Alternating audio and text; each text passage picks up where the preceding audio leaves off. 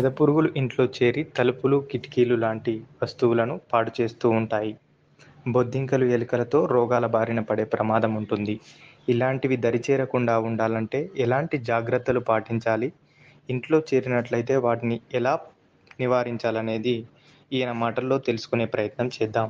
మాది Asia pest control. మేము ఇళ్లల్లో చెదలు, బొద్దింకలు, ఎలుకలు, చీమలకి వీటికి టెర్మైట్ పెస్ట్ కంట్రోల్ చేస్తూ ఉంటాం సార్. మేము 8 ఇయర్స్ నుంచి చేస్తున్నాం. ఇళ్లల్లో ఈ రోజుల్లో డబుల్ బెడ్రూమ్ ఇల్లు కావడం వల్ల ఈ ఇళ్లలోకి వచ్చేసి చెదలు బాగా వస్తున్నాయి.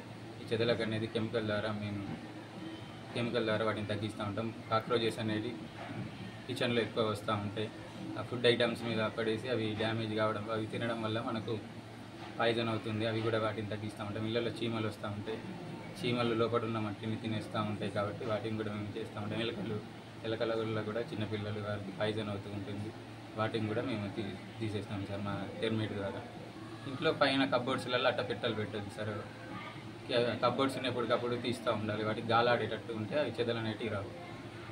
ఇళ్ళల్లో చెదలు వస్తూ ఉంటుంది. మీరు మామూలుగా టెర్మైట్ అనేది కలుపుతూ ఉంటారు. టెర్మినేట్ అనేది అది కబ్బోర్డ్ షాప్లలో దొరుకుతుంది. దానికి వల్ల అది పూర్తిగా నయం కాదు. మా దగ్గర ఉన్న కెమికల్స్తో మేము వాటిని నయం చేస్తాం.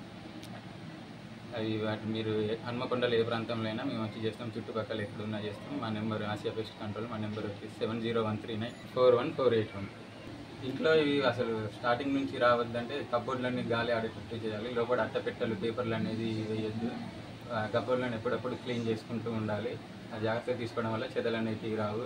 బొద్దింకలకి ఏంటంటే మనం ఫుడ్ ఇళ్ళల్లో ఏం చేస్తామంటే తిన్న తర్వాత ప్లేట్లను నైట్ తొమ్మకుండా వదిలివేస్తాం.